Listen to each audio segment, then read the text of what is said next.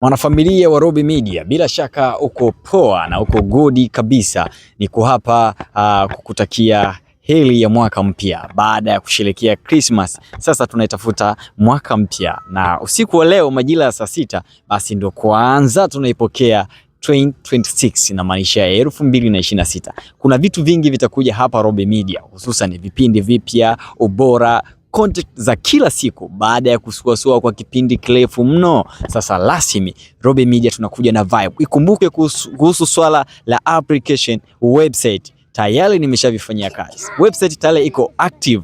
Website ya www.robymedia.com inafanya kazi vyema kabisa. Unaweza search kwenye browser yako yeyote ile na ukaenda kunufaika contact zetu kama kawaida. Lakini kuhusiana na application ya Roby Media, rasmi kabisa tarehe 10 mwezi Januari, na maanisha mwezi wa kwanza huu 2026 tutaiachia. Itapatikana Play Store na App Store. Yes, application hii itakuwa na vitu vingi sana, bila kusahau content za Roby Media, comedy, michezo, uchambuzi wa kina na mambo mengine kadha wa kadha. Langu jina ni Robert Andreas, wengi wanapenda kuniita Roby King au Roby wa Roby Media.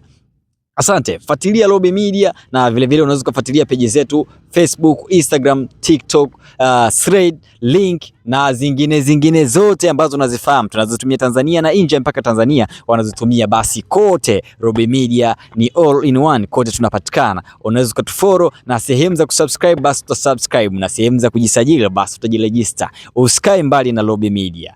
Usikae kinyonge, tunakufikia wewe popote ulipo. Langu jina kwa kuwakumbusha tu, mimi ni Robert Andreas, mkurugenzi na founder owner wa Roby Media. Ciao.